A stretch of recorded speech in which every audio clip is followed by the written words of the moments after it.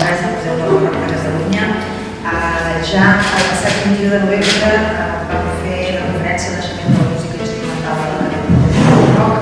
Avui tindrem l'honor d'escoltar l'Oriol parlar sobre l'òpera a Catalunya de la primera meitat del segle XVIII i l'evolució de Domènec Tarradellas i anunciar-vos que properament el dijous 10 d'abril farem una conferència a la música religiosa a Catalunya a l'època del Barroc.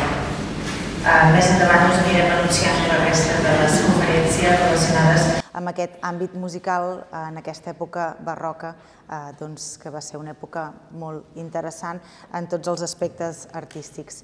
Res més, dono la paraula a l'Oriol, que al final és el que hem vingut a escoltar i que segur que serà molt interessant. Gràcies i benvinguts. Moltes gràcies, Tània, regidora. Bé, més que escoltar-me a mi, sobretot el que l'interessant serà poder escoltar unes músiques, unes composicions, uns compositors que realment valen molt la pena i en el qual ens portarà a un moment d'esplendor que va viure la història de la música del nostre país.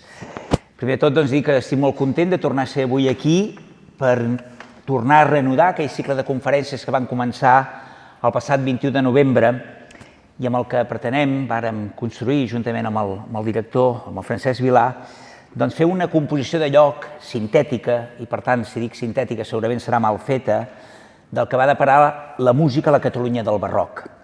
Si en aquella primera sessió ens vàrem acostar a la música instrumental, avui ho farem amb un dels gèneres que ja no tan sols és dels més representatius del període barroc, sinó m'atreviria a dir d'Occident. Hi ha qui ha dit que hem de veure l'òpera com el gènere artístic per excel·lència d'Occident en haver assolit en una sola i única manifestació la majoria de les arts. Aquesta manifestació s'acostuma a conèixer i integrar en un terme alemany, que és el de Gesamtkunstwerk, l'obra d'art total, un terme usat per Richard Wagner, i la veritat que em fa molta il·lusió de poder dir, perquè avui és 13 de febrer i un dia com avui, del 1883, a la ciutat de Venècia va morir Richard Wagner. I amb aquest terme de Gesamtkunstwerk, obra d'art total, va voler explicar la filosofia de la seva dramatúrgia, a la que integra de manera simultània diferents medis o disciplines artístiques, com la música, el teatre, la dansa i les arts visuals. Ara, això d'obra d'art total, també cal dir que s'ha banalitzat i superficialitzat una mica, i hi ha qui diu que també és obra d'art total els videomusicals, els videojocs, que jo diria que ens depara una mica un esbiaixadament. Jo penso que l'art no té per objectiu ni entretenir i divertir, sinó fer-nos pensar i reflexionar i marcar una fita de referència històrica. I és per això que avui en dia, quan obrim una història de la música barroca, es sol destacar que el naixement, l'aparició de l'òpera, com una de les grans fites del període barroc. Ja no tan sols per l'assoliment d'un gènere nou, sinó pel llenguatge musical amb el que s'articulava aquest gènere. Aquest estil és el de la monodia acompanyada, la monodia amb baix continu, que es coneixeria com a seconda pràctica o estilo nuovo, que marcaria, com vàrem veure en l'altra conferència, allò que s'ha anomenat l'estètica del baix continu. No es tractarà, evidentment, de fer una conferència a l'entorn de tot el que va passar a la Florència de finals del segle XVI i primers del XVII, a l'entorn del patrocini del comte Giovanni de Bardi, constituint-se l'anomenada Camerata Fiorentina o també Camerata de Bardi, on, com vàrem dir, es van aplegar un conjunt d'humanistes, músics, poetes, intel·lectuals per debatre i discutir les tendències en les arts, sobretot després de la descoberta inesperada d'algun fragment de papir amb restes de notació musical que els va fer prendre consciència d'una realitat. Les antigues tragèdies de l'antiguitat clàssica, d'autors com Sòfocles, Èsquil o Eurípides, no eren declamades, sinó que eren cantades amb algun tipus de cantilena musical. I la primera trobada d'aquesta Camerata Fiorentina l'hem de remuntar a la data del 14 de gener de 1573. Què havia passat musicalment fins aleshores? Doncs bàsicament que la resta de la majoria d'expressions artístiques existents, la pintura, el teatre, l'arquitectura, l'escultura, es tenia com a referent i mirall l'art de les èpoques grega i romana, l'art de l'anomenada antiguitat clàssica. Per tant, podem dir com ja s'havia realitzat una primera mirada al passat. S'havia produït el Renaixement, però això no havia passat pas encara en la música. Quan ens acostem a la música del Renaixement, ens veiem obligats a fer-ho, i això ho vàrem veure a la passada xerrada, ho hem de fer-ho a partir de la perspectiva de l'humanisme, sense voler entrar ara a fons en la complexitat d'aquest moviment de renovació cultural sorgit a Itàlia al segle XIV, amb figures com Francesco Petrarca, i desenvolupat àmpliament al llarg dels segles XV i XVI. Però amb el temps va acabar passant una peculiaritat de la història de la música, i és que quan es van assentar els fonaments, les bases, per una recreació de l'antiga tragèdia grega, o el que és el mateix, van començar-se a posar les bases per a una operació cultural de naturalesa renaixentista, es va fer amb estètica barroca. És aquesta paradoxa. Així va néixer l'òpera, i és així com hem de parlar de les primeres experimentacions musicoteatrals, amb la Dafne de Jacopo Peri, amb text de Rinuccini, també de Peri i Rinuccini és l'Euridice, una del 1597, l'altra del 1600, també trobaríem el 1600 Il rapimento di Cefalo, de Giulio Caccini, i, sense cap mena de dubte, la sublim obra mestra, com és la Favola in música de Claudio Monteverdi, estrenada a Màntua al febrer de 1607. Òbviament, aquestes representacions com sorgien? Doncs sorgien d'una aristocràcia i d'un mecenatge que eren inexistents als territoris de parla catalana, que, com vam comentar a la sessió dedicada a la música instrumental, no va tenir mai la potència política, social, econòmica, ni cultural ni musical, que sí que tenien aquells territoris on es va començar a representar òperes. No oblidem, com als territoris de parla catalana, l'expulsió dels moriscs del Regne de València, l'any 1609, la Guerra dels Segadors al Principat de Catalunya, el 1640, l'atàvica incomunicació de les Illes Balears van acabar abocant els països catalans en aquella coneguda decadència que la majoria d'historiadors han indicat. Això, a més, ens cal afegir el fet que aquests territoris van viure un irregular desenvolupament cultural marcat per la dissolució de l'antiga noblesa del Principat, una cada vegada més forta dependència de la cort a Castella, pressionada per una església líder en l'impuls de la contrarreforma amb l'instrument de la Inquisició.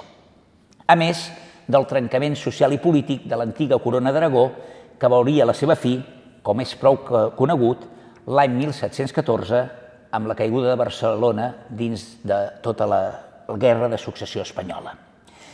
Precisament a la cort castellana és on trobem, curiosament, precisament per iniciatives de membres florentins, la primera representació operística a la península Ibèrica. Es tracta d'una obra, una ègloga pastoril, titulada La selva sin amor, amb text de Lope de Vega i amb música de Filippo Piccinini. Però, malauradament, aquesta partitura no ens ha arribat mai. Desconeixem què era exactament aquesta primera òpera que es va fer a la península Ibèrica. Contràriament, però, el que ens pot dir el sentit comú, quan parlem d'una guerra i d'una guerra de successió, la manifestació de la guerra de successió va comportar al nostre país uns anys d'anomalia musical respecte a tot el que havia passat. Per què? Doncs precisament per l'establiment de la cort de l'arxiduc Carles d'Àustria a Barcelona, i a Barcelona es va establir la cort de qui, amb els anys, acabaria sent Carles VI del Sacre Imperi Romano-Germànic, que havia nascut, curiosament, un 1 d'octubre de 1685 i que va morir el 20 d'octubre de 1740 i que va ser, doncs, ni més ni menys que emperador d'aquest sacre entre els anys 1711 i 1740. En l'àmbit catalano-aragonès és conegut sobretot com a arxiduc Carles o Carles III d'Aragó, en alguns casos també hi veurem una historiografia més catalanista o nacionalista com Carles III de Catalunya, com a pretendent al tron de la monarquia hispànica durant la Guerra de Successió Espanyola, en la qual va aconseguir el suport del Principat de Catalunya, dels regnes d'Aragó i de València, del Regne de Mallorca i del Regne de Sardenya, territoris en els quals va governar, com us he dit, amb el nom de Carles III.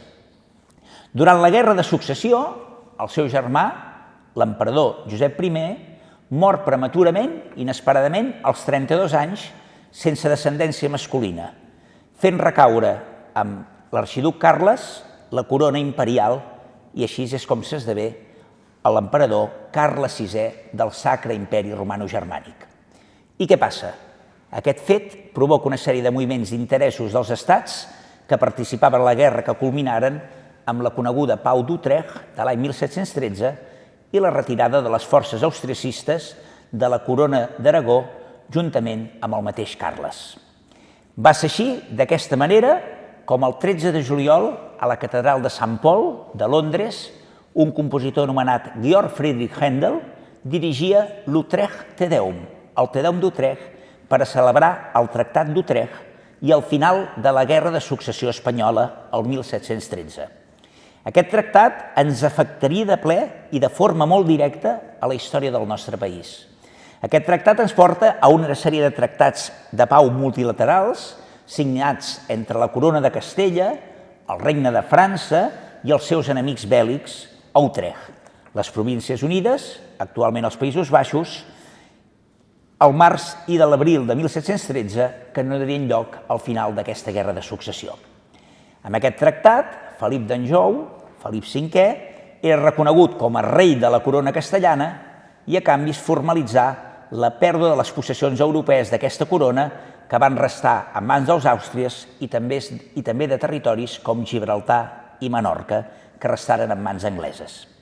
Però aquí al Principat, a Catalunya, per motius que ara possiblement ens farien anar massa enllà, es va decidir seguir amb la guerra fins a la coneguda capitulació de Barcelona l'11 de setembre de 1714. Com que ja porto una estona parlant i a més us heu esperat, em sembla que és un bon moment per poder començar a escoltar música i us proposaria d'escoltar precisament un fragment del Te Deum d'Utrecht. Per tant, ens servirà per posar musicalment el que estava passant com a conseqüència d'aquesta Guerra de Successió a Londres el 13 de juliol, quan s'estrena aquest Te Deum d'Utrecht.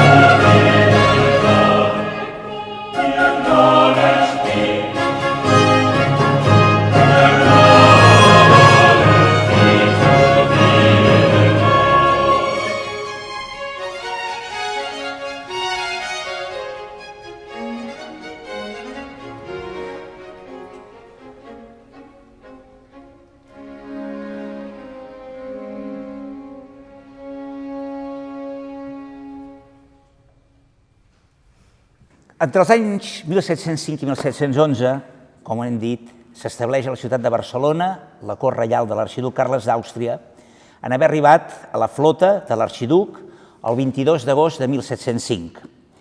Barcelona, envoltada de les tropes aliades, va caure el 9 d'octubre quan el virrei de Catalunya, Francisco Antonio Fernández de Velasco i Tobar, va signar la capitulació. El 22 d'octubre d'aquell mateix any, entrava a Barcelona a l'Arxiduc, on va passar una cosa molt curiosa, i és que la població el va rebre amb una versió paròdica del conegut Cant dels ocells i que trobem impresa en fulletons amb el títol Cantaven los ocells quan veren los vaixells. Em sembla que amb els fulls us he posat la lletra, doncs anem a escoltar, precisament perquè, si no tinc encès el micro, però em sentia igual, perdoneu, doncs anem a escoltar aquest romanç.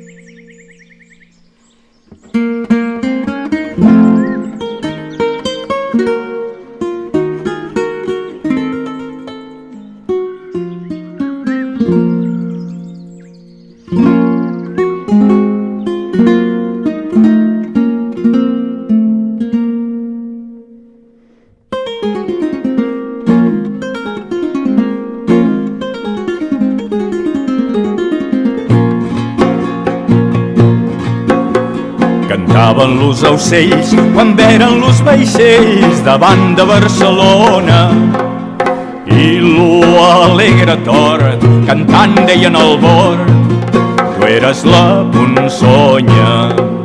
L'àguila imperial va per l'aire volant cantant amb melodia l'alegria que causà quan lo rei va arribar en esta monarquia.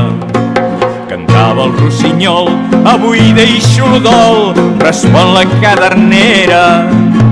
Una passada vull fer, us veig Carlos III, que ja toquen terra. Canten los cruixidells i tots los passarells, viva lo rei d'Espanya.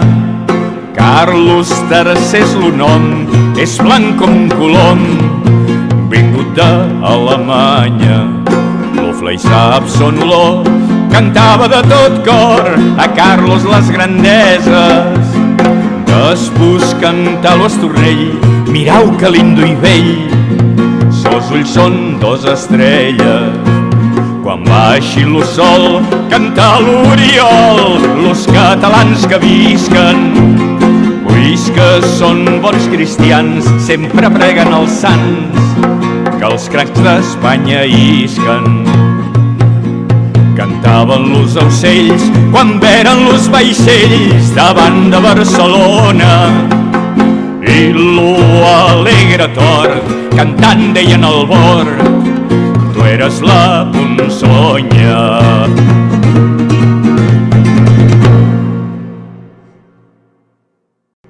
Bé, això ha portat molt a especular si aquesta cançó, el Cant dels ocells, convertit de la mà de Pau Casals, no era Pau Casals, és un anònim, que passa Pau Casals la va popularitzar, que no era tan innocent com semblava, perquè evidentment hi havia tota una qüestió de reivindicació de la causa nacional en fer el Cant dels ocells, perquè hi havia aquest capítol prou conegut de com es va rebre amb el Carles III. El 7 de novembre de 1705, Carles jura les Constitucions catalanes i és proclamat rei adoptant el nom de Carles III i s'instal·la al Palau Reial Nou. Però amb ell, i sobretot per als nostres interessos, desembarquen importants músics de la cort imperial vienesa.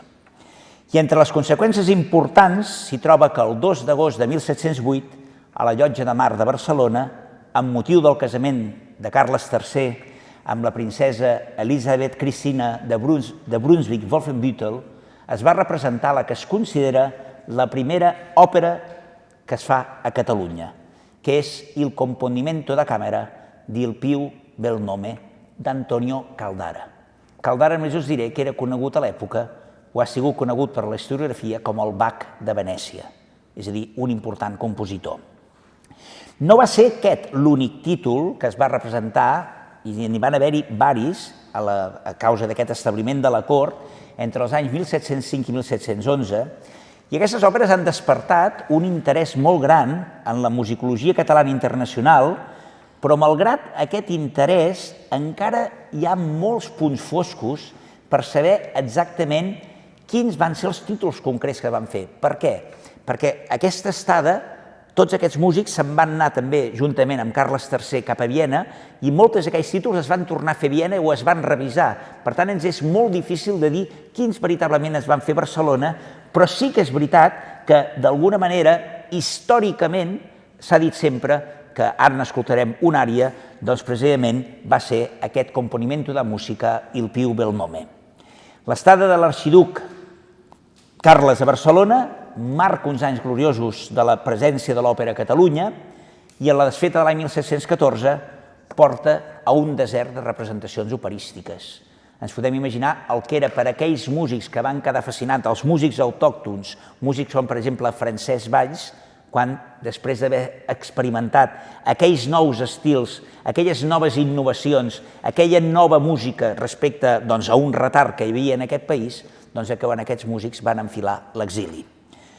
Una mica, si voleu, és també el que va passar a Barcelona amb la caiguda de Barcelona per les tropes franquistes. Pensem el següent.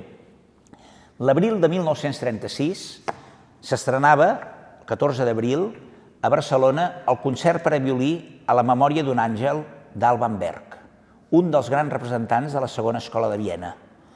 A l'any 1940, i en tots els respectes, s'estrenava a Barcelona el Concierto de Aranjuez del maestro Rodrigo.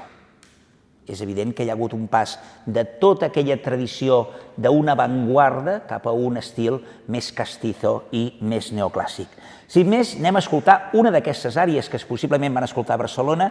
Anem a escoltar l'ària El grande honor disposa, Il più bel nome, música meravellosa, una ària per a tenor i dues trompetes, i que escoltarem amb una versió del Concierto Espanyol dirigit per Emilio Moreno.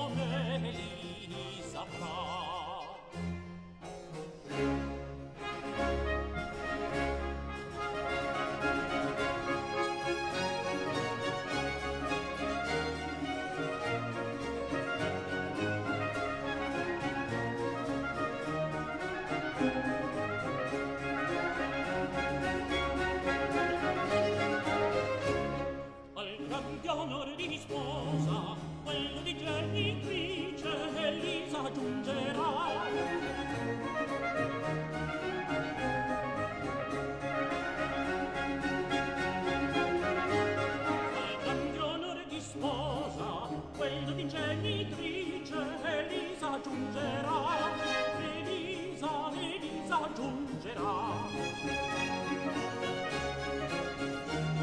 Il canto d'or di sposa, quello di genitrice Elisa giungerà.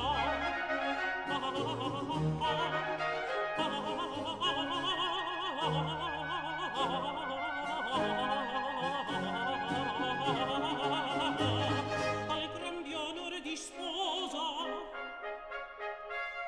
quello di genitrice Elisa giungerà. Elisa giungerà.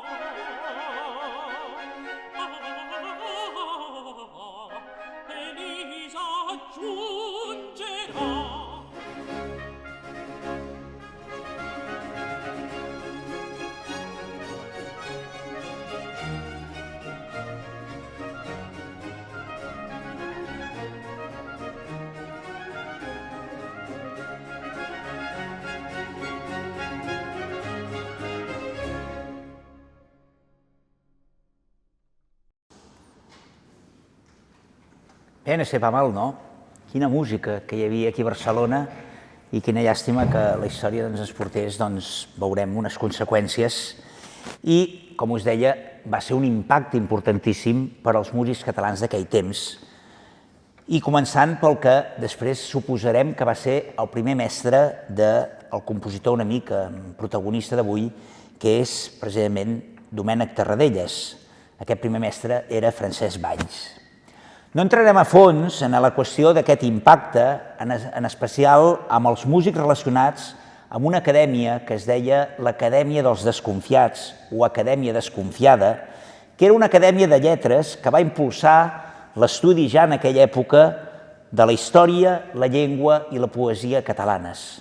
És a dir, moltes vegades s'ha parlat del programa important de la Renaixença, i aquí hi hauria gent que en parlaria molt millor que jo, però ja al segle XVIII va haver-hi una cosa que va quedar, va ser un abort d'un primer intent que, evidentment, permetia per què? Doncs, evidentment, la diferència, perquè uns van donar suport als Borbons i un altre amb la qüestió dels Habsburg. És molt fàcil d'entendre. Els Borbons eren centralistes i, evidentment, tenien un concepte d'estat que era el de la nació-estat única.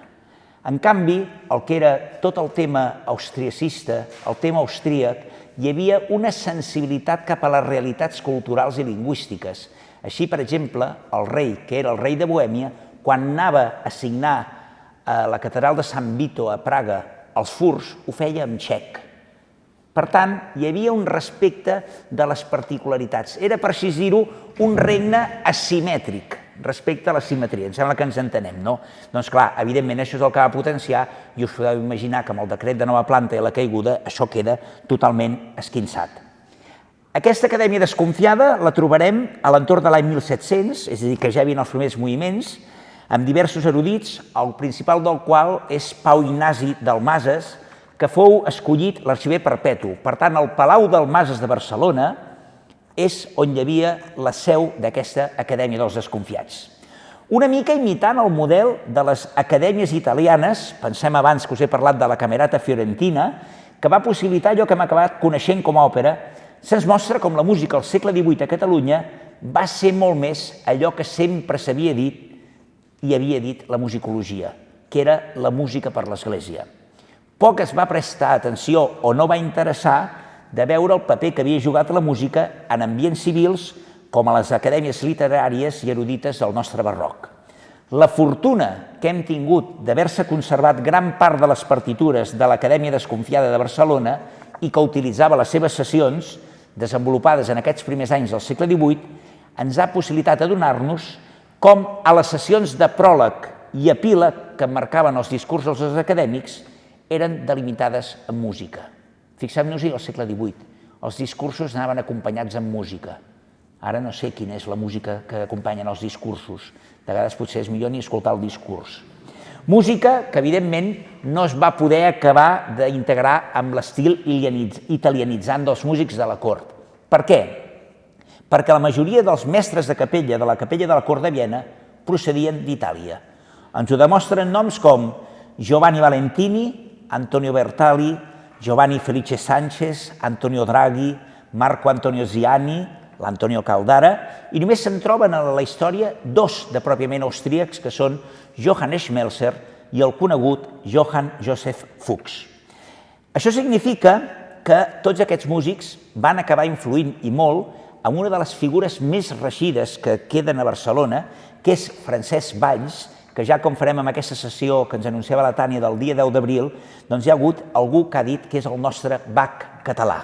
Bach català, bàsicament, pels temps en el qual corre, però això ja en parlarem a la següent sessió. Abans, però, d'entrar en la figura principal, protagonista de la sessió d'avui, Domènec Terradellas, m'agradaria fer un petit capítol amb un altre compositor important, en aquest cas mallorquí, que és Antoni Lliteres i Carrió, que va morir 15 dies abans, justos abans que Francesc Valls. Si Valls va morir el 3 de febrer de 1747 a Barcelona, Lliteres ho va fer el 18 de gener a Madrid. Ja direm, i per què Madrid? Perquè des de finals del segle XVII i durant els segles XVIII i XIX, la majoria de compositors mallorquins van fer la carrera fora de Mallorca i moltes vegades a la ciutat de Madrid. I aquest compositor, que era oriünd d'Artà, va ser reclutat per l'anomenat Colegio de los Niños Cantorcicos de Madrid a la seva infància i d'allà no es va moure. En canviar la veu, es va convertir en instrumentista i seria un important músic de teatre musical, especialment a les seves manifestacions de la comèdia, és a dir, teatre amb acompanyament de música, i l'anomenada sarsuela. La comèdia musical dels segles XVII i XVIII era, com us he dit, una obra teatral amb intervencions musicals, i la sarsuela, però, va ser el gènere amb el qual Lliteres va aconseguir, sobretot, popularitat, fama i diners. Per això, quan veiem alguna història de la zarzuela, moltes vegades pensem que això és un gènere pròpiament decimonònic del segle XIX, però ja hi existia una òpera, una sarsuela barroca. Normalment amb temàtiques mitològiques o pastoril i que es representava amb mitjans escènics colossals i molt importants. Lliteres n'hem de parlar per la seva aportació a la sarsuela i perquè d'alguna manera fa un pas endavant respecte als anteriors compositors del segle XVII, com Sebastián d'Orón, Juan d'Hidalgo, i sobretot perquè comença a fer una important revolució formal, perquè sobretot el que eren els antics tonos, tonades, ell ho comença a adaptar a les noves exigències del gust i als destinataris de la música. I què implica? Doncs bàsicament que incorpora les formes provinents de la música italiana, de l'òpera italiana i de l'òpera francesa. M'ha agradat escollir precisament una obra que va ser estrenada al cap d'unes setmanes de l'any 1708. Si l'altra s'havia fet a la Llotja de Mar, segons sembla, el 4 de novembre, cosa que té la seva lògica, perquè sabeu que el dia de Sant Carles Borromeu és el 4 de novembre i el rei es deia Carles, per tant, es va fer per l'onomàstica, es va repetir, doncs en aquest cas és el 19 de desembre de 1708, quan es fa amb un text de José de Cañizares la sarsuela Eisis, Acis i Galatea, basada en les metamorfosis d'Ovidi. Encara tenim l'ària de Caldara present, doncs ara escoltarem com era la música que es feia a la cort castellana i que feia un compositor com Antoni Lliteres. Ayer cuando la tarde iba diciendo al mundo Dios te guarde, vi en la selva que el mar Julia sea Acis y Galatea decirse mil requiebros de capricho, y pues dije requiebros, ya está dicho, para explicar que están enamorados, contentos, satisfechos y pagados.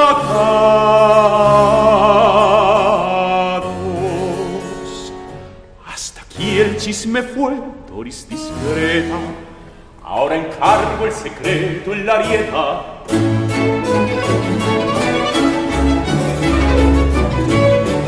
Señora, y aquel secreto.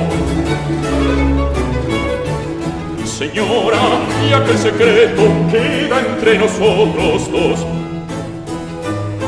Chito, por amor de Dios. Chito, por amor de Dios. Chito, chito. Chito, por amor de Dios. Chito, por amor de Dios. Chito, por amor de Dios.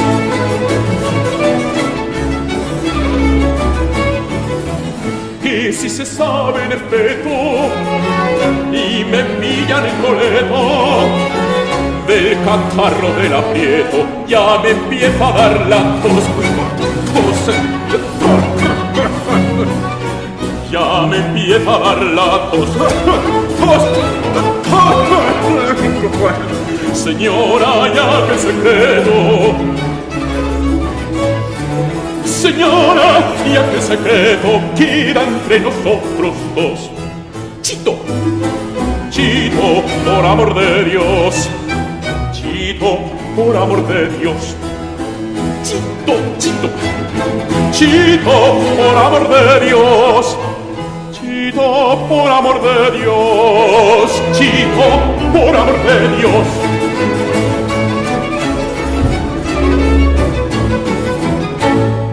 Bé, en tot cas sí que ens servia per veure que hi ha una cosa absolutament cabdal. Això era una música que era més pretèrita, no estava tan a l'avantguarda que evidentment tenia la cort de Barcelona gràcies a l'arribada d'aquestes innovacions via la cort de l'arxiduc Carles. Anem, però, al plat fort del dia, perquè, com veurem, estem davant d'una figura ja no tan sols important de la història del patrimoni musical català, sinó, jo diria, fins i tot de la música europea del segle XVIII. El que passa que jo no m'equivocaré gaire si majoritàriament demano i dic el cognom Tarradellas. Molts els hi sonarà el 125è president de la Generalitat de Catalunya, amb la famosa frase del 23 d'octubre, del 77, ciutadans de Catalunya, ja sóc aquí, i potser els més joves, potser a fuets i pizzas. En tot cas, si jo vinc així, sí, clar. El que passa que el Tarradellas que jo vinc a parlar és a me, els altres eren a mà, i vinc a parlar d'Domènec Tarradellas, que precisament la setmana vinent hi ha un tema important, i és que al Gran Teatre del Liceu es podrà escoltar una òpera, que és la Merope, que es va estrenar a Roma l'any 1743, i a més es farà amb un repartiment de luxe, que és amb l'Académie für Musik Berlin, una de les grans orquestres europees, dirigida per Francesco Corti, i un repartiment de luxe. I és que Tarradellas segueix dirigint-se com un gran enigma. En espera de la propera i immediata publicació d'un treball d'investigació realitzat pel malaurat Josep Dolcet, que va morir ara justament farà 5 anys, abans de la pandèmia, que es diu Domènec Tarradellas, un compositor europeu, que ja li va valdre l'any 2007 un premi, una beca d'investigació, la beca d'investigació Ernest Lluch, seguim orfes d'estudis sobre Tarradellas. I vosaltres mateixos determineu com definir aquesta situació. És a dir, tenim un compositor que veurem per qui va ser aclamat i reivindicat i no en tenim cap estudi. Encara és més, el pobre Josep, quan es va ficar a estudiar, era tan l'abast que no va poder acabar els seus estudis i a sobre no va poder tancar el catàleg, per la qual cosa el catàleg de Domènec Tarradellas encara no el coneixem, no està tancat. Si no s'ha sabut encara contrastar, per exemple, el que ha fet el Sergi Casademut amb el que ha fet el Josep Dolcet. Però és que això també ens passa amb el Ferran Sor. I això també ens passa amb el Robert Gerard. Què és el que passa? Bé, bàsicament, ho he dit moltes vegades, em sembla que l'altre dia en vam parlar, que som un país més nacionalista que patriota.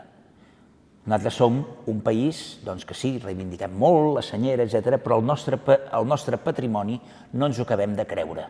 Això que érem un país més nacionalista que patriota, ho deia molt l'Ernest Lluch i Martín, i perquè ens donem en compte també la diferència del que vol dir patriota i nacionalista, faré servir unes paraules, que no és pas el personatge que em caigui molt simpàtic, però en aquest cas sí que la toca, que és un personatge com Camilo José Cela, que deia: el nacionalismo cree que el lugar donde nació es el mejor lugar del mundo, y eso no es cierto. El patriota cree que el lugar donde nació se merece todo el amor del mundo, y eso sí es cierto. I això és el que ens falta a nosaltres, més amor pels nostres compositors i un tio com Tarradellas, que en sabem molt poc, malgrat que a la seva època, per a públics i literats, era un dels principals compositors d'òperes de mitjans del segle XVIII, tot situant-se al costat dels grans noms com Johann Adolf Hasse, amic personal de Bach, Giovanni Battista Pergolesi i Niccolò Jommelli. La seva mort prematura, als 38 anys o 37, no li va poder desenvolupar més àmpliament les seves contribucions i aportacions, i això podria explicar el per què, en primer lloc, s'hagin prioritzat la recuperació d'òperes com les dels esmentats compositors Hasse, Jommelli o fins i tot Christoph Willibald Gluck. L'altra qüestió és que la musicologia italiana no l'hagi considerat italià, i si nosaltres, a més, no l'hem reivindicat com mereixia, ha acabat passant el que ha passat. I l'altre és un tema que també té a veure més amb una qüestió taxonòmica. Clar, aquí estem en el marc del Museu del Barroc, però ja veurem que quan faci la definició que va fer ni més ni menys que Jean-Jacques Rousseau sobre, el filòsof Jean-Jacques Rousseau sobre Tarradellas, va dir que ja no era barroc. Per tant, ens passa una mica allò que el mateix Josep Dolcet deia que Tarradellas era un carn-peix, que no era ni carn ni era peix. Això vol dir que no era ni barroc, però tampoc era clàssic, sinó que era una mena d'estil pregalant, un estil napolità, un estil preclàssic, etc. I l'altra cosa que també ja ha fet que durant molt temps la musicologia hispànica, dominada pel món de l'Església, no li interessava gaire la música civil. Per tant, en tot cas, anem a endinsar-nos a veure qui és aquest Domènec Tarradellas. Tarradellas és un personatge que situem cap a 1713-1732 a la seva primera etapa a Barcelona. És a dir, Tarradellas, ara parlarem de quan va néixer. Oficiosament, avui, i no va ser fet a priori, avui és l'aniversari de Tarradellas, tot i que ja explicarem que no ho és. El que sí que és l'aniversari avui és el naixement, quina casualitat, de Ferran Sor, que va néixer un dia com avui de 1778, però en el cas de Tarradellas ja veurem les particularitats. El cas de que en algunes publicacions del segle XIX s'havia dit que Domènec Tarradellas era portuguès o fins i tot italià, però tenim una documentació que es troba a Barcelona que ens fa assegurar com Domènec Domingo Tarradellas era de Barcelona. I dic Domingo perquè no fa pas gaire temps que hi havia els Fernandos, hi havia el Carlos, hi havia els Robertos. La dona del Robert Gerard, la Poldi, amb el Robert Gerard no li deia Robert, li deia Roberto. Per tant, això, i aquí hi ha professors de català que ho poden explicar molt més. El primer que es va aventurar a donar una data de naixement va ser un musicòleg del segle XIX, Baltasar Saldoni, que va trobar a l'arxiu de la Catedral de Barcelona la partida de baptisme d'un nen que es deia Domingo Miquel Bernabé Tarradellas, fill de Bernabé Tarradellas, fuster, amb data del 13 de febrer de 1711. 1711, no el 13, Per tant, això. Molt bé. Per tant, dit això, avui seria l'aniversari de Tarradellas. Això queda publicat en un conegut diccionari, publicat a l'any 1868, com és el Diccionario Biográfico-Bibliográfico de Efemérides de Músicos Españoles. I què passa? Que l'any 1908, Josep Rafael Carreras i Bulbena, un important musicòleg, historiador, filòleg i compositor català, que va publicar la que n'espera d'aquesta monografia que s'ha de publicar del Josep Dolcet, és l'única biografia existent sobre Tarradellas, que es diu Domènec Tarradellas, compositor de la centúria del segle XVIII. Això es va publicar a la impremta Altés de Barcelona l'any 1908. Per tant, fa 117 anys que no ha sortit ni una monografia sobre Domènec Tarradellas. Anomeneu-ho com vulgueu. Per escriure aquesta biografia, Carreras i Bulbena va descobrir l'acte de defunció de Tarradellas, que és una defunció estranya, amb una llegenda negra, per això ja hi arribarem, i que va tenir lloc a Roma el 20 de maig de 1751, on se'ns diu: Domenico Tarradellas, ja amb l'acceptació italiana, natural de Barcelona, tenia 38 anys en el moment de la seva mort i era fill de Pietro, de Pere, ja difunt. Per tant, això no coincidia amb aquell acte de naixement, ja que Saldoni deia que el pare de Tarradellas es deia Bernabé. Va ser aleshores quan Carreras i Bulbena localitza un altre Tarradellas del barri de la Ribera de Barcelona que es diu Pere, i decideix posicionar-lo, sense més, com a pare del músic. I, per tant, si el 20 de maig de 1751 deia que tenia 38 anys, posa la data del 1713 o 1712, per tant, no sabem si va néixer el 1713 o 1712, depèn del moment de l'any, però, en canvi, s'ha mantingut la data del 13 de febrer, quan aquest 13 de febrer és d'un altre Tarradellas que no sabem el que és.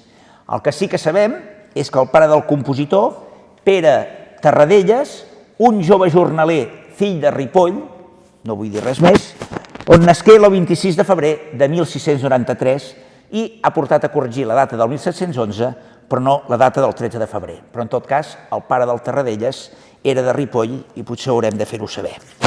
És a través del testimoni del viatger i musicògraf anglès Charles Burney, un dels grans il·lustrats musicals, que va conèixer Tarradellas a Londres. Ja parlarem que Tarradellas va arribar a la ciutat de Londres, més concretament amb la seva història general des de les èpoques antigues fins al període present, on diu això: Domenico Tarradellas Terradeglias, italianitzat, a Spaniard born and educated in Catalonia. Evidentment, a Anglaterra tenien ben clar de què era de Catalunya. Nascut i educat a Catalunya. Per tant, amb qui podia haver estudiat Tarradellas? El més lògic, com he dit, és que ho hagués fet en Francesc Valls, l'autor de la Missa Escalaretina, que tractarem en la propera sessió. Quin problema tenim? Que als arxius de la Catedral de Barcelona no s'esmenta mai el nom de Domènec Tarradellas entre els escolans o membres de la capella de música de la catedral, i tampoc en cap altra capella de música de les esglésies de Barcelona, tot i que Carreras Bolbena deixa entreveure altres possibilitats de mestres per a Tarradellas. Però això no és incompatible en pensar que no hagués pogut estar alumne privat o particular de Valls entre els anys 1726-1732. El que sí sabem és que el 1732 ja el trobem a Nàpols, per tant, quan té 18-19 anys, de la mà del seu primer protector, que és Antoni de Pinyatelli i Aimeric, que és qui va finançar l'estada de Tarradellas a Nàpols. I qui era Pinyatelli? Doncs era el príncep de Belmonte, que era un exiliat de la Guerra de Successió perquè estava implicat fins al moll de l'os amb la causa austriacista. I és també el testimoni de Charles Burney que podem dir que afterwards a disciple of Durante at Naples, és a dir, que va ser un deixeble de Durante, Francesco Durante a Nàpols.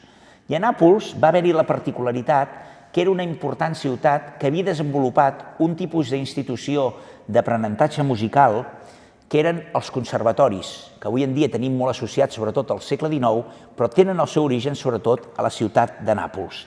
I és així quan el 23 de maig de 1732 Tarradellas ingressa al Conservatori de Poveri di Gesù Cristo. Quan entra Tarradellas en aquesta institució, ja és una institució amb decadència i el 1743 es tanca. És a dir, el mateix any que ell estrena la Merope a Roma, es tanca el conservatori on ell ha estudiat. Per què? Doncs bàsicament perquè hi havia revoltes amb armes i morts. I dic això dels morts perquè veurem també el que va passar que envolta l'entorn de Tarradellas. Algú ha dit que quan Tarradellas va marxar de Barcelona ja havia presentat algunes obres i això és el que ha portat a fer creure a un important musicòleg italià, que és exactament el musicòleg que s'anomena Ulisse Protagiurleo, que Tarradellas hagués vingut amb el càrrec de maestrino. És a dir, que ell era deixeble de Durante, però que estava en un punt intermig ajudant amb els nens més petits, perquè, clar, aquest conservatori era sobretot per orfes, per tal de poder-los recuperar a través de la música. I el que sí que sabem és que Tarradellas no era orfe. Per tant, que va venir aquí ja amb una posició musical destacada i que va poder estudiar amb un mestre que, per exemple, va ser el mestre de Tommaso Traetta, de Giovanni Paisiello. Què feia en aquest conservatori? Doncs bé, a part de l'ensenyament musical pròpiament dit, es reben lliçons de catecisme, gramàtica i actuacions en els oficis litúrgics de l'església de Santa Maria Colonna, que era davant justament del mateix conservatori. I, evidentment, una altra important font de finançament per a aquestes institucions. Quina era? Tocar, doncs, amb les cerimònies dels nobles. Fossin batejos, fossin comunions, fossin casaments, fossin funerals, i era una important font de finançaments per a aquestes institucions. Ja el 1736, per tant, si Tarradellas neix el 1713 amb 23 anys, estrena la seva primera obra coneguda. Ho va fer a l'església dei Gerolomini, davant de l'església del Conservatori, un altre edifici adjunt al Conservatori, juntament amb l'església que us he dit abans, que és on hi havia l'oratori de Sant Felip Neri, els Felipons de Nàpols. Sempre l'oratori de Sant Felip Neri va estar molt adscrit al desenvolupament del gènere de l'oratori. També, per exemple, a Sant Felip Neri de Barcelona. Tots els oratoris de Barcelona es feien allà a Sant Felip Neri. I, curiosament, fa un títol, que és el Giuseppe Riconosciuto, que fixeu-vos-hi bé. És un llibret de Pietro Metastasio, escrit per a la cort de Viena, que havia estat musicat per Giuseppe Porsile, que 3 anys abans havia estat a Barcelona amb l'estada de l'arxiduc Carles d'Àustria. Què us vull dir amb això? Que la primera obra que fa a Nàpols Tarradellas ve de la cort vienesa i que havia estat musicada per un compositor que havia estat a Barcelona.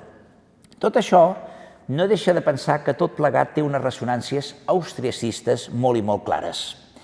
Era habitual que els estudiants de música, en acabar la seva formació, es presentessin com a compositors amb un oratori i Domènec Tarradellas, que ja s'havia convertit, italianitzant el seu nom, en Domenico Terradaglias, va presentar el 36, com us he dit, a l'oratori Sant Felip Neri de Nàpols, aquest Giuseppe Riconosciuto de Suoi Fratelli in Egitto. El llibret es va adaptar per a la seva presentació a Nàpols, convertint l'original Azione Sacra de Metastasio en una òpera de matemàtica religiosa amb 3 actes que, com era usual en el gènere, va escollir una història bíblica que trobem al llibre del Gènesi i que explica com els germans de Josep, el fill de Jacob, envejosos de l'amor que el seu pare li tenia, el venen com a esclau i el fan passar per mort davant del seu pare. Portat a Egipte, Josep és empresonat i aconsegueix ser alliberat per la interpretació que fa d'un somni que ha tingut el faraó, qui l'acaba convertint en un poderós alt funcionari. Josep retroba a Egipte els seus germans, els que l'havien venut com un esclau, i després de fer-los passar una sèrie de proves, els acaba revelant la seva identitat i els perdona. Si fos jo un musicó ideòleg, que no ho soc, no m'estaria de pensar que aquesta elecció de la temàtica hi ha la consciència de la guerra de successió que s'havia esdevingut, que era, no oblidem, una guerra fratricida, una guerra entre germans. Però no ho sé, jo en tot cas ho apunto.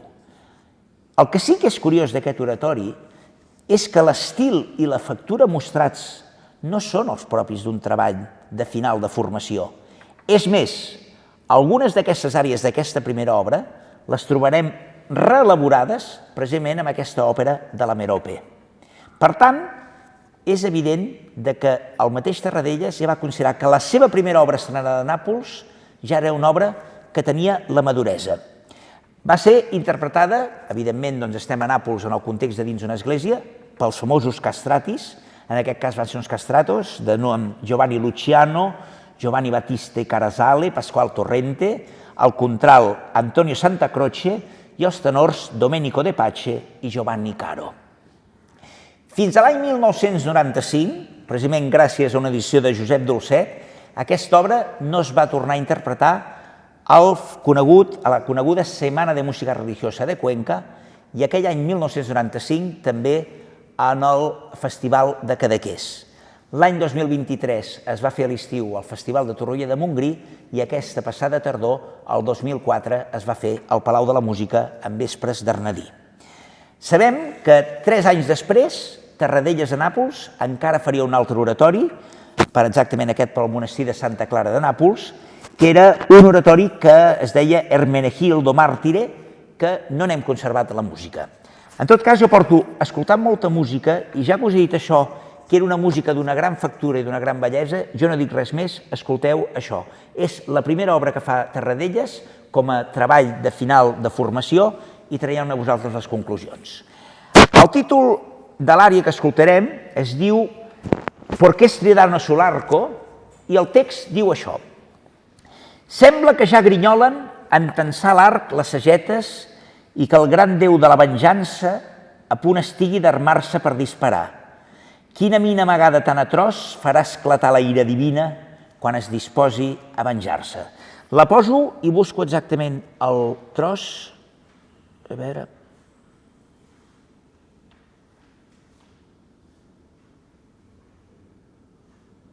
Doncs no la veig aquí.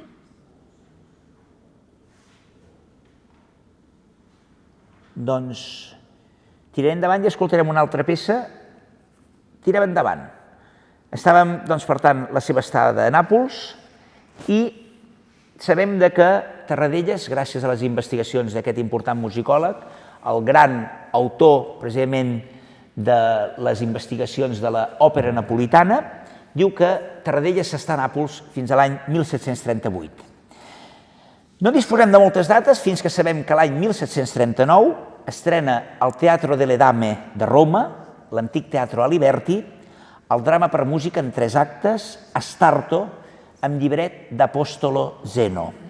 Un títol que el 1715 ja s'havia fet a Londres per part de Giovanni Bononcini i de nou al 1718 de nou a Viena, per tant tornem a trobar una data que ens fa pensar en aquest austriacisme, per Francesco Bartolomeo Conti. Però ara ve la part divertida, que això és una cosa que ho vaig trobar quan vaig veure els noms que havien cantat en aquesta interpretació. Aquesta va ser una obra que es va dedicar per rebre a Friedrich Christian von Sachsen, que era el fill de Frederic August de Saxònia. Frederic August de Saxònia, rei de Polònia, va ser el rei a qui Bach va adreçar una famosa carta l'any 1733 que li demanava un càrrec a la cort de Dresden. I se sap que juntament amb aquesta carta hi va acompanyar un Kyrie i un Glòria, que són els que constitueixen l'anomenada Missa de 1733, que en anys posteriors desenvoluparia fins a fer la coneguda Missa en si menor. Les investigacions d'una musicòloga australiana, Janice Stockitt, han fet creure que aquesta missa en realitat es va fer a Dresden i que a Dresden la vocalitat de les parts de soprano i de contralt havien estat pensades per als castratos que hi havia a la cort de Dresden, que eren Ventura Rocchetti, Giovanni Bindi, Domenico Annibali i Domenico Campioli. I què trobem? Que amb aquest Astarto que fa a l'any 1739 a Roma, Tarradellas, hi canten en els papers de Nino i Astarto uns músics que són aquest Bindi, Giovanni Bindi i Domenico Annibali. Què vol dir?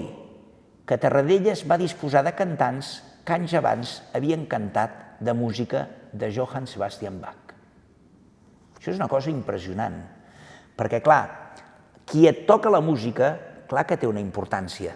Per què, per exemple, és un fet objectiu? Per què Robert Gerard té una importància?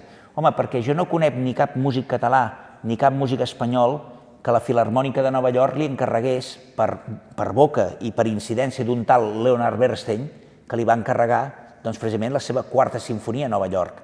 Doncs aquí tenim el cas precisament que uns grans intèrprets vocals castrati que havien cantat a la cort de Dresden música de Bach eren els mateixos que es van fer per cantar aquest oratori, aquesta òpera. Quin problema tenim? Un d'aquells problemes habituals que tenim i és que les òperes no ens han arribat senceres només en 3 casos. Un és la Merope, un altre, evidentment, serà l'Artaserse i un altre, evidentment, és el seu Sesostri. La resta d'òperes, a part del Giuseppe Riconosciuto, ens han arribat parcialment esquinçades. Poques coses sabem de Tarradellas, ja us he dit que és un autor que en sabem molt poques coses, entre els anys 1739 i 43, el que sí que sabem que tenim alguns protectors, com ara el cardenal Trojano Acquaviva d'Aragona, ambaixador d'Espanya i Nàpols davant la Santa Seu, i que intenta de fer alguna operació, com per exemple que el recentment estrenat Teatro de San Carlo di Napoli li encarregui una òpera a Tarradellas Però la Junta del Teatre diu que aquell noi no té prou garanties i que a més no és napolità. I ho van tenir així de clar. I sabem també que va haver-hi un intent per intentar ingressar a la capella de música del Palau Reial de Nàpols, que era liderada per dos músics, Francesco Mancini i Domenico Sarro, dos compositors que el citat Bach coneixia d'allò més. Bach, que tenia un aparatus, que era la seva biblioteca personal, plena de música napolitana, que havia conegut gràcies a un compositor d'origen txec, Jan-Dis Mazelenka, i que per tant el va influir molt per a la composició de la música del segle XVIII. En tot cas, també sabem que el 1740, en el qual tampoc n'hem trobat la partitura, però sí el llibret, fa l'única òpera bufa del seu catàleg, que fa pel Teatre dels Florentins de Nàpols, que és una òpera que es diu Gli intrighi delle cantarini, és a dir, els intríngulis de les cantatrius, de les cantants femenines, però finalment tenim el que és el gran èxit de Tarradellas, que és el que té lloc el 3 de gener de 1743 al Teatro de la Dama amb l'estrena de La Merope. Tant és l'èxit de La Merope que un dels seus protectors, l'esmentat precisament Trojano Acquaviva d'Aragona, escriu una carta al ministre Sales, al ministre del rei Carles de Nàpols, i li diu: Domenico Terradellas, spagnolo e uno dei migliori maestri di capella che avessimo presente in Italia, e ha dato prova delle sue belle qualità e speciale buon gusto nell'opera che compone nello scorso carnevale per questo Teatro delle Dame, ottendomene un successo que de molti anni si ricorda al simile. És a dir, ha obtingut un èxit com feia molts anys que no es veia. Ja en parlarem, però el que sí que és veritat que la prova de que té un gran èxit és de que Domènec Terradellas ingressa a dues importants institucions. Una acadèmia que molt segurament els que esteu habituats a la música heu escoltat, l'Acadèmia de Santa Cecília de Roma, la més prestigiosa acadèmia musical, encara operativa, i també a l'Acadèmia de l'Arcàdia, que era el centre intel·lectual més important. I sobretot, què més? Que comença a freqüentar els salons, els palaus, les acadèmies musicals i reunions de l'aristocràcia i de la noblesa. També és en aquest moment que hi ha un important pintor, Pier Leone Ghezzi, que pintava els grans compositors del moment, que havia pintat compositors com Gasparini, Molter, Vivaldi, castratis com Farinelli, Pergolesi, Bononcini, i pinta també Tarradellas. I després passa una altra cosa. Quina és aquesta altra cosa? Doncs que l'èxit és tan gran que el ve a buscar el nunci de l'església de San Giacomo degli Spagnoli, que era l'església dels espanyols que vivien a Roma, i li ofereixen el càrrec de mestre de capella. Si dic que l'òpera la van estrenar el 3 de gener de 1743, el 20 de març Tarradellas ja signava el seu nomenament com a mestre de capella, i és allà on compon la majoria d'obres religioses com aquestes, com aquest Plaudite Populi.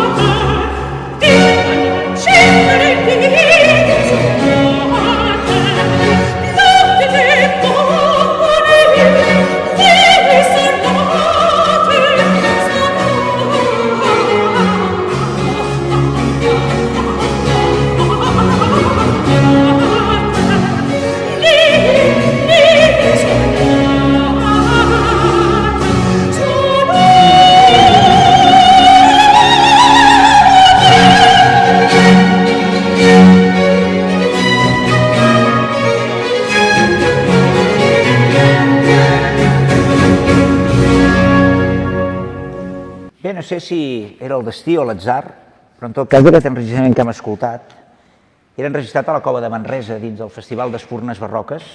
Per tant, hem escoltat Tarradellas i bé, m'ha semblat que era important de posar Plaudite Populi, que clar, és una àrea de concert, una àrea operística en el qual s'incorpora el text litúrgic i en el qual explica moltes coses que veurem després en tot el relacionat amb la seva mort. En tot cas, el 1744, un any després de l'estrena d'aquest èxit de la Merope a Roma, és convidat al Teatro Grimani di San Giovanni Crisostomo de Venècia per estrenar l'Artaserse, en Viret de Metastasio, sempre aquest lligam amb poetes vinculats a la cort vienesa. I Artaserse, segons Metastasio, era un dels seus millors llibrets, i prova d'això és que és possiblement un dels llibrets que més vegades s'ha musicalitzat.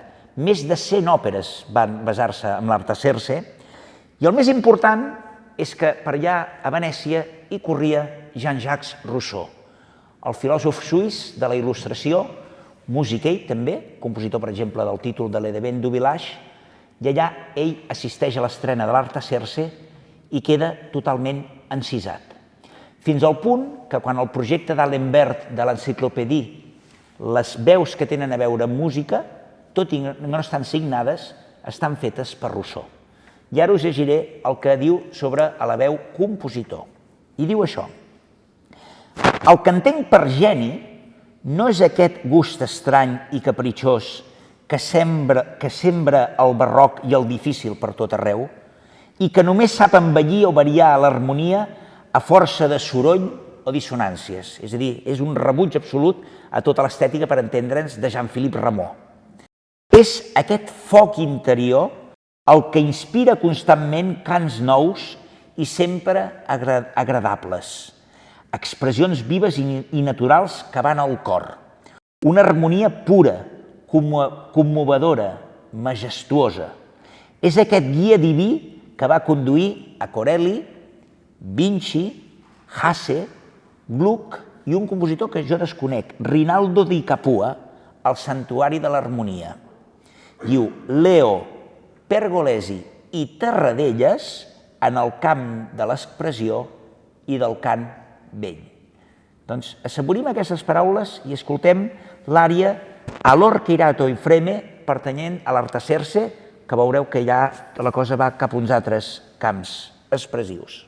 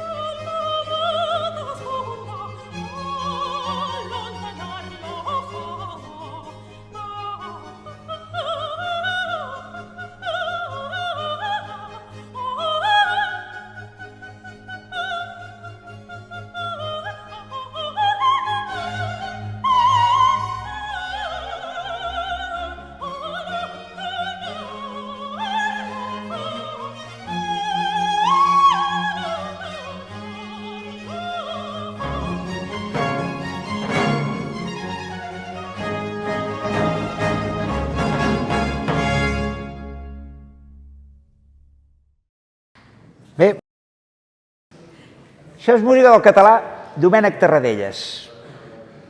Em sembla que no és música menor. Aquí tenim un compositor, el Manel, especialista precisament en escriptura històrica. Ens podria fer una dissertació, un dia ens la farà, sobre la forma de compondre aquests compositors. Ell mateix ho ha dit, això és música de primeríssim nivell. El cas, però, que ell està en una església d'espanyols, i ja sabeu que amb els espanyols, també els catalans, si una cosa ens vertebra és l'enveja. I allà comença a passar alguna cosa amb un tal Pedro León, àlies Trompeta. Per què? Perquè el Pedro León era el candidat a succeir quan va haver-hi el relleu per jubilació, i clar, van sortir els del capítol, no el nunci, com he dit abans, que van posar el Terradellas. I aquest tenor, això no li va sentar gaire bé. I a més, no oblidem que estem encara en una època d'enfrontaments derivats dels enfrontaments durant més temps. O sigui, encara avui en dia veiem la polarització amb el tema de la Guerra Civil, imagineu-vos el que havia estat allò. En tot cas, no se sap ben bé, van haver-hi capítols d'enfrontament, conciliació, és allò, va, doneu-vos la maneta i feu-vos un petó i no us esbaralleu més, etc. Però al final no se sap si el Terradellas fot al camp o el fan fora.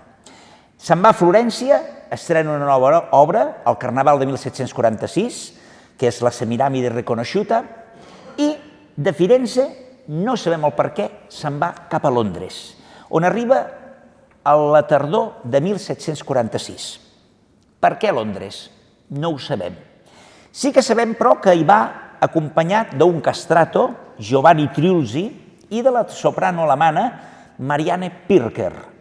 I això és el que va fer creure el primer i fins ara únic biògraf de Terradellas, Carreras Bulbena, que era la dona de Terradellas. Això no té res d'estrany, atesa que era molt habitual i és molt habitual els matrimonis entre compositors i cantants. Pensem en Bach i Maria Bàrbara Bach, que era cantant, Adolf Hasse amb Francesca Bordoni, o al segle XX Richard Strauss amb la Pauline Danyà, o si voleu el mateix Josep Pons amb la Virginia Parramon, que era soprano, o la Sara Blanca està amb un director d'orquestra italià. Vull dir que això és una cosa habitual, és un patró que repeteix. El que sigui és que les dues òperes que fa a Londres Terradellas, que són el Mitridate i Bellerofonte, la Pirker, la Marianne Pirker, hi fa dos papers, el Laodice a Mitridate i l'Euridice, i el castrato, els de Farnace i Astarbo. Què és el que fa pensar? Que anaven en pack. Normalment, el compositor anava acompanyat dels seus intèrprets que formaven part del seu paquet de mostruari, el que en podríem dir una mena, com diríem en l'argot neoliberal, era el seu producte. Coneixem i sabem coses d'aquesta etapa londinenca, de nou, gràcies a Charles Burney, i sabem que a part de participar en un pasticcio que es deia Annibale in Capua, ell fa el Mitridate, que era una obra que s'havia representat molt al segle XVIII. Per exemple, el 1707 fa un Mitridate Eupatore, Alessandro Scarlatti, el creador precisament de l'àrea tripartita, ABA, que és el que hem escoltat, aquest fragment més central, més serè, i l'altre molt més agitat i rítmic, o el mateix Mozart a Milà, el 1770, quan amb 14 anys fa el seu Mitridate. No entrarem a un anàlisi pormenoritzat, perquè no disposem de la partitura completa, però sí que diem que aquest títol va haver de competir amb obres de Gluck, de Domenico Paradies, de Hasse i de Galuppi, tot i que quan ell arriba a Londres, Galuppi ja és fora. I després hi ha una cosa molt curiosa, que a Londres coneix a Gluck. I què és el que fa Gluck? Trets que havia posat Terradellas com a innovació se'ls fa seus. Per què? Doncs possiblement perquè Terradellas no era el geni, tenia aquest enginy que el portava per part de Rousseau a dir que ell era el geni, però moltes vegades ja ens havia explicat, per exemple, Paco de Lucía, que diu una frase que és demolidora, que diu el següent: «Los mediocres copian, los genios roban».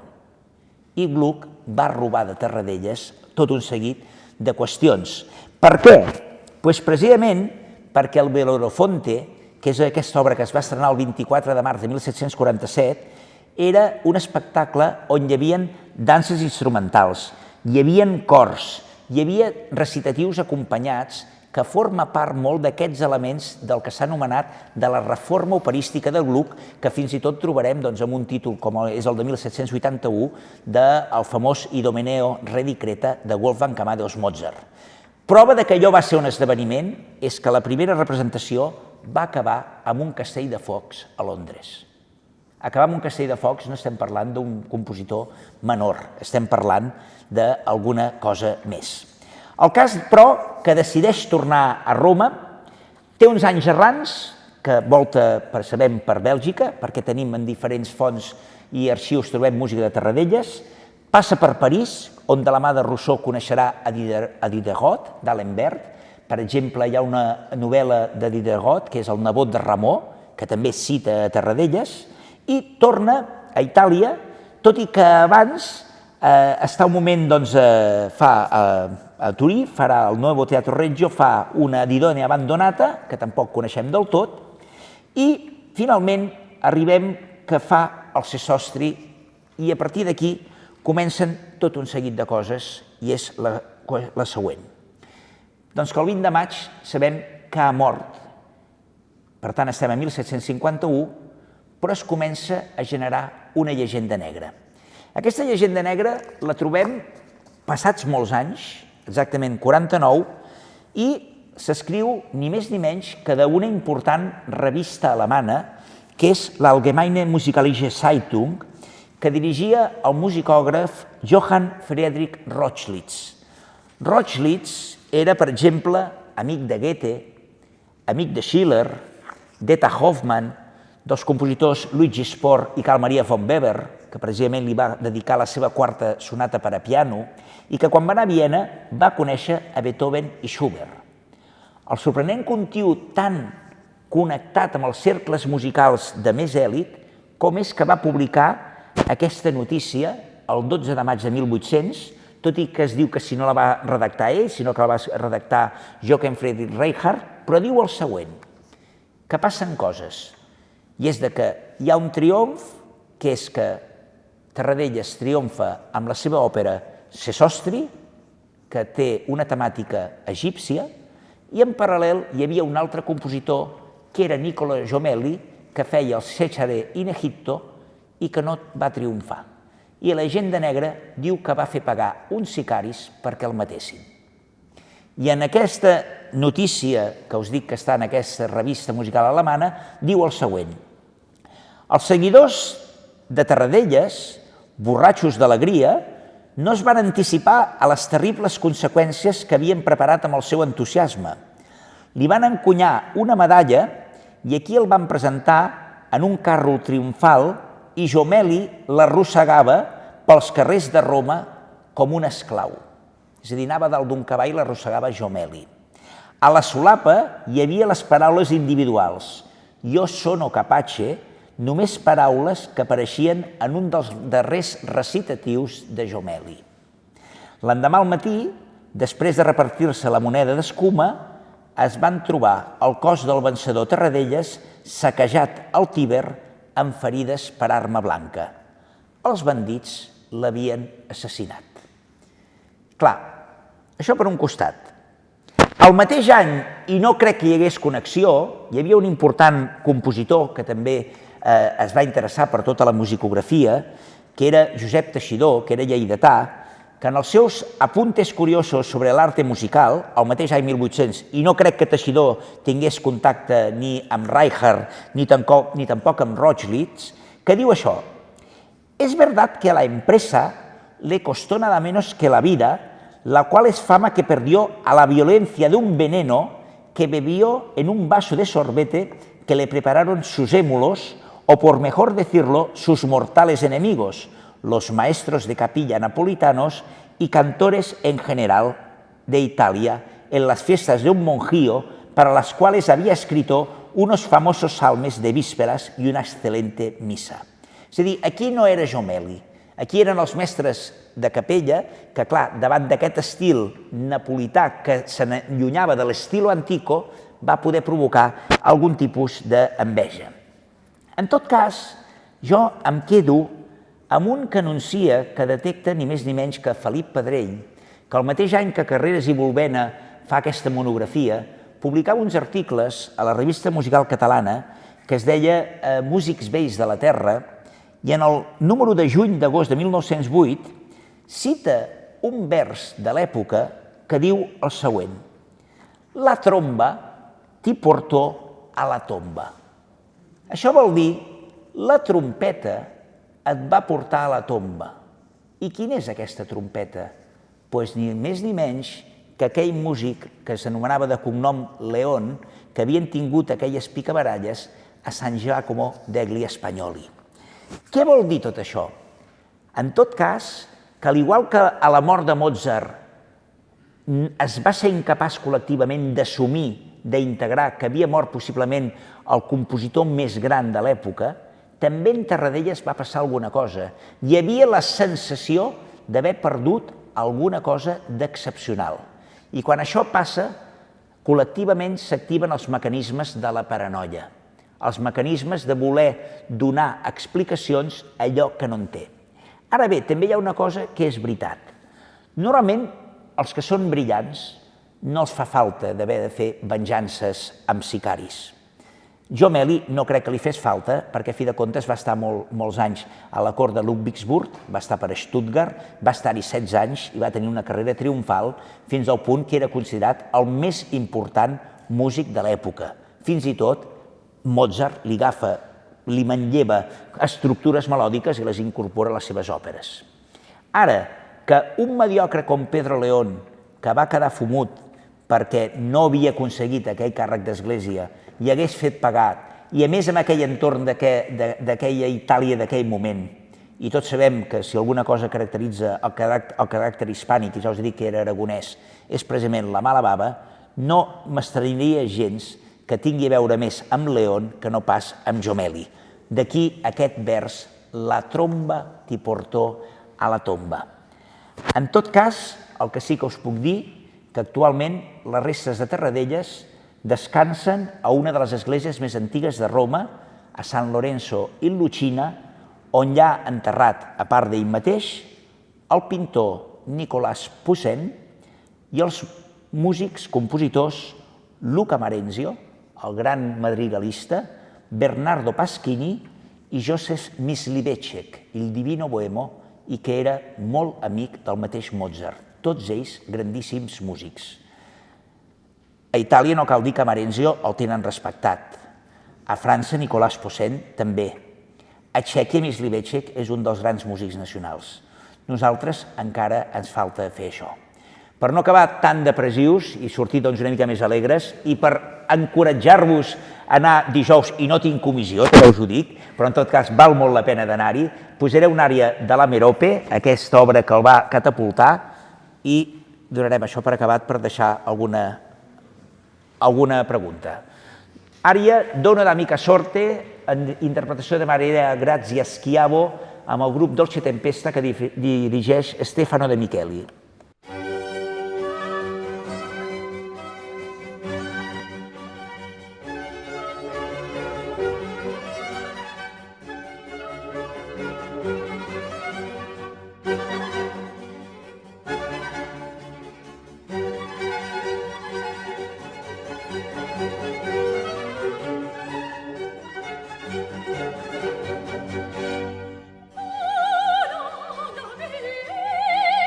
Sono